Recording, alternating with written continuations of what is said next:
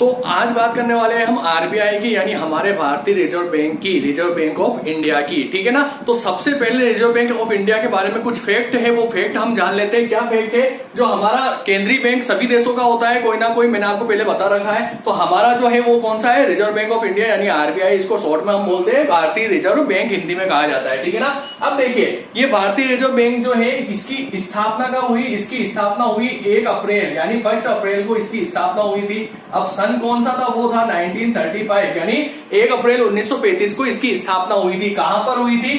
कहां हुई थी? वो हुई थी कलकत्ता में। कहां हुई थी? कलकत्ता में। ठीक है ना।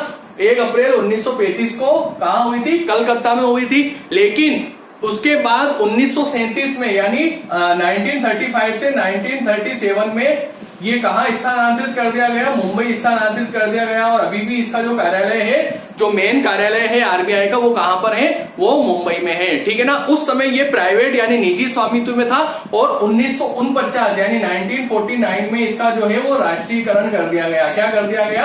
राष्ट्रीयकरण जो है वो कर दिया गया। ठीक है ना।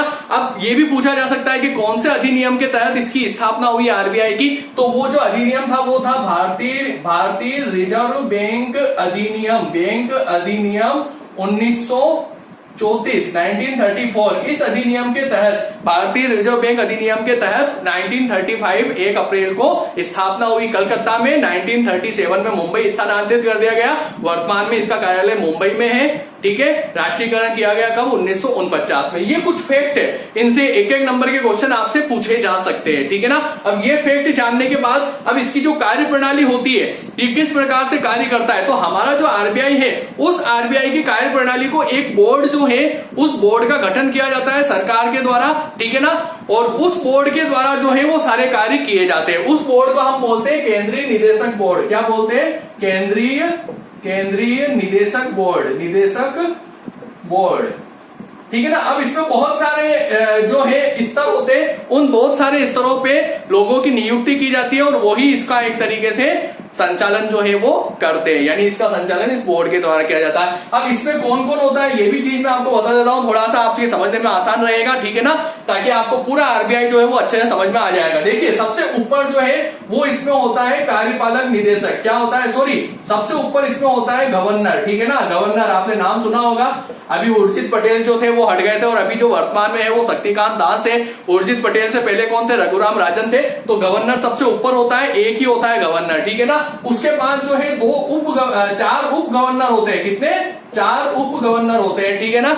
उप गवर्नर 4 होते हैं। जब रघुराम राजन गवर्नर थे तब उप गवर्नर में उर्जित पटेल भी थे, जिसे बाद में गवर्नर बनाया गया। उप गवर्नर के बाद होता है कार्यपालक निदेशक। क्या होता है? कार्यपालक निदेशक को मैं शॉर्ट में लिख रहा हूं। ठीक है ना। इसके बाद होता है प्रधान मुख्य महाप्रबंधक। कौन होता है? महाप्रबंधक, जो मैनेजमेंट करता है। ठीक है ना। इसके बाद होता है प्रभारी। यहां प्रधान था, ये प्रभारी है। प्रभारी मुख्य यही वाला होता है, मुख्य महाप्रबंधक। इसके बाद होता है मुख्य महाप्रबंधक। इसके बाद जो है वो होता है उप महाप्रबंधक। इसके बाद होता है सहायक महाप्रबंधक। इसके बाद होता है महाप्रबंधक। फिर होता है महाप्रबंधक के बाद प्रबंधक के बाद होता है सहायक प्रबंधक। और सहायक प्रबंधक के बाद होता है सहायक स्टाफ यानी कर्मचारी। ये एक तरीके से जो केंद्रीय निदेशक बोर्ड होता है उसका जो ढांचा होता है वो इस तरीके से काम करता है। सबसे ऊपर होता है गवर्नर। इनकी जो नियुक्ति है सभी लोगों की वो 4 वर्ष के लिए की जाती है। कितने वर्ष के लिए? 4 ईयर के लिए। ठीक है ना। 4 ईयर के लिए की जाती है। गवर्नर 1 होता है, उप गवर्नर 4 होते हैं। ये जो है ये दोनों, इनको सरकारी निदेशक कहा जाता है। क्या कहा जाता है? सरकारी निदेशक। ठीक है ना। उसके अलावा 10 सरकार के द्वारा नामित किए जाते हैं निदेशक, वो गैर सरकारी निदेशक होते हैं। ये पूर्णकालिक अवधि के लिए होते हैं। वो जो गैर सरकारी होते हैं वो कभी भी हटाए जा सकते हैं। ठीक है ना। तो ये अधिकतर वैसे 4 साल के लिए ही किया जाता है। तो ये तो आप फैक्ट समझे, ढांचा कैसा होता है, ये फैक्ट क्या होते हैं। अब जो आरबीआई के कार्य होते हैं वो कार्य में आपको ज्यादा दिक्कत नहीं आने वाली। क्यों नहीं आने वाली? क्योंकि हम केंद्रीय बैंक के कार्य पढ़ चुके हैं। वही सेम कार्य, बस थोड़ा सा यहाँ पे हल्का सा चेंज करके मैं आपको बता रहा हूं ताकि याद रखने में आपके लिए आसानी रहेगी। ठीक है ना। तो सबसे पहले इसके कार्य में चलते हैं हम। इसके कार्य में जो पहला कार्य है वो है, देखिए यहाँ मैंने कार्य लिख रखा है। पहला कार्य है मुद्रा जारी करता। ये मैंने आपको बता ही दिया था। मुद्रा का निर्गमन, करेंसी निर्गमन बताया था, ठीक है ना, यानी मुद्रा जारी कौन करता है कि हमारा आरबीआई करता है। अब यह आरबीआई जो मुद्रा जारी करता है, इसमें एक चीज और ध्यान रखना, जब परिचालन के योग्य नहीं रहते नोट या सिक्के तो उन्हें खत्म भी नष्ट भी कौन करता है, आरबीआई ही करता है। और यहाँ पर एक चीज और बता देता हूं, जो 1 रुपया है उस 1 रुपए के नोट को आरबीआई जारी नहीं करता है, इसको कौन करता है, सरकार करता है। और इस पे हस्ताक्षर किसके होते हैं, वित्त सचिव के हस्ताक्षर होते हैं ना। बाकी सारे नोट और सिक्के वो कौन जारी करता है, वो आरबीआई करता है, लेकिन 1 रुपया नहीं करता है। ये क्वेश्चन कॉम्पिटिशन एग्जाम में भी बनता है और 1 नंबर क्वेश्चन आपसे पूछा जा सकता है। फिर आता है मौद्रिक प्राधिकारी। अब मौद्रिक प्राधिकारी क्यों बोला गया, क्योंकि जो आरबीआई होता है वो मौद्रिक नीति जारी करता है। मौद्रिक नीति क्यों जारी करता है, क्या जारी करता है, मौद्रिक नीति जारी भी करता है और उसके साथ में इसका क्रियान्वयन भी करता है, और उसके साथ में इसका संचालन भी करता है, ठीक है ना।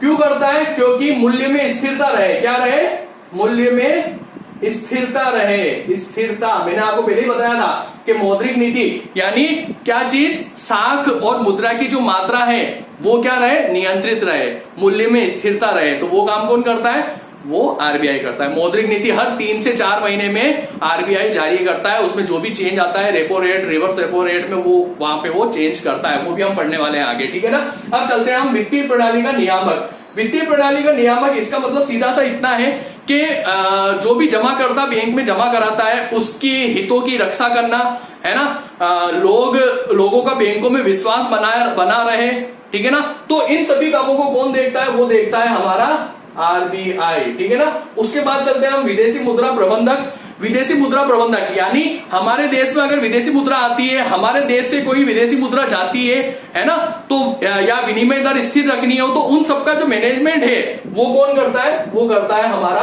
आरबीआई। यानी विदेशी मुद्रा से संबंधित, विदेशी मुद्रा का भुगतान हो या फिर हमारे देश में आई हो, आयात हो, वो सब काम कौन देखता है, आरबीआई देखता है। उसके बाद विकासात्मक भूमिका, ये चीज मैंने आपको पहले ही बताई थी। विकासात्मक भूमिका का मतलब विकास के लिए मार्गदर्शन प्रदान करता है। क्या प्रदान करता है, मार्गदर्शन। कौन प्रदान करता है, आरबीआई, सरकार को। उसके अलावा ये मेन कार्य हो गए। उसके अलावा आपको केंद्रीय बैंक के कार्य में भी बताया था, सरकार का बैंकर, यानी सरकार की तरफ से ये भुगतान भी करता है सरकार को और सरकार की जमा भी स्वीकार करता है। उसके साथ में सरकार को जरूरत पड़ती है तो उसे उधार भी देता है उनकी प्रतिभूतियों की एवज में, ठीक है ना।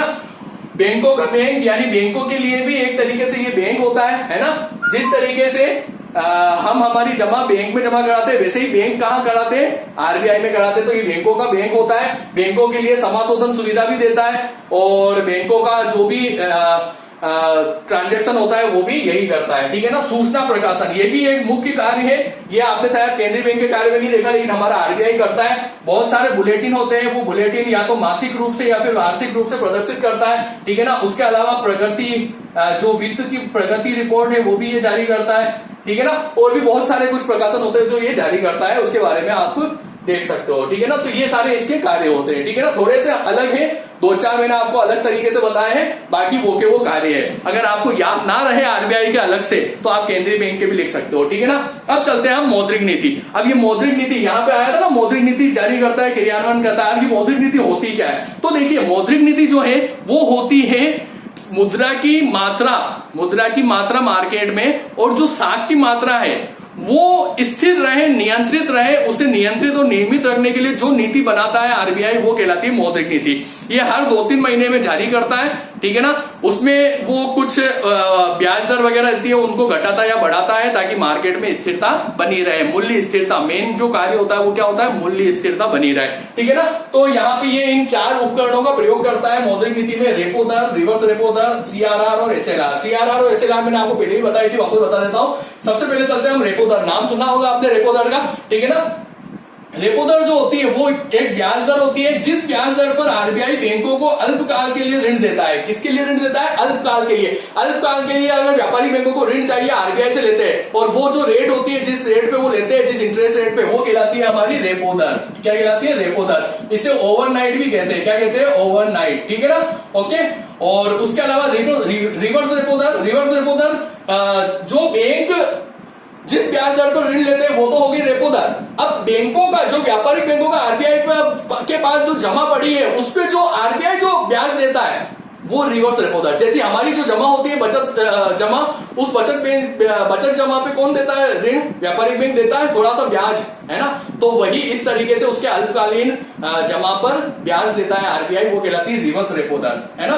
वह ब्याज दर आरबीआई बैंकों को अल्पकाल के लिए जमा के बदले में देता है, ठीक है ना। सेम चीज हो गई, ये ऋण के लिए देता है और ये उनकी जमा की एवज में देता है व्यापारिक बैंकों को, और ये लेता है उनसे, ठीक है ना। सीआरआर सभी बैंकों को अपनी जमा का एक निश्चित अनुपात अपने पास रखना होता है, यानी नकद कोषानुपात, यानी जो अपने पास रखता है बैंक एक निश्चित जमा का। क्यों? क्योंकि आरबीआई उसको निर्देशित करता है कि अपनी जमा का एक निश्चित अनुपात अपने पास रखिए, ताकि कभी भी संकट की स्थिति हो तो आप मांग होने पे वापस लौटा सको, ठीक है ना। उसके बाद आता है एसएलआर, इसको बोलते हैं हम वैधानिक तरलता अनुपात। क्या बोलते हैं? वैधानिक तरलता अनुपात। ये क्या होता है? ये आरबीआई के पास जो एक निश्चित अनुपात रखता है केंद्रीय बैंक, मतलब व्यापारिक बैंक, वो कहलाती है एसएलआर, एक निश्चित अनुपात जो आरबीआई के पास रखना होता है, ठीक है ना। इन पे या तो इनको बढ़ाई जाती है या इनको कम की जाती है जब मुद्रा की मात्रा और साख को नियंत्रित करना हो तो, ठीक है ना। तो ये थी मौद्रिक नीति। अब यहां पर देखिए, तरलता बढ़ाने के लिए, तरलता कम करने के लिए वो या तो रेपो दर बढ़ाता है, रिवर्स रेपो दर कम करता है, वो सारे काम वो अपनाता है। यानी अगर उसे मार्केट में तरलता कम करनी है, मुद्रा की मात्रा कम करनी है, तो वो इन सब दरों को क्या करेगा? बढ़ा देगा, इतना ध्यान रखिए आप। और अगर तरलता बढ़ानी है तो इन सब दरों को क्या कर देगा? वो घटा देगा, ठीक है ना। और अच्छे से बाद में समझाऊंगा, बाकी आप कमेंट बॉक्स में व्हाट्सएप में लिखिए कुछ समझ में नहीं आया तो। इसके बाद जो है वो हमारा बैंक वाला जो चैप्टर है, टॉपिक है, वो खत्म हो चुका है। इसके बाद हम नेक्स्ट टॉपिक पढ़ेंगे। तब तक के लिए धन्यवाद।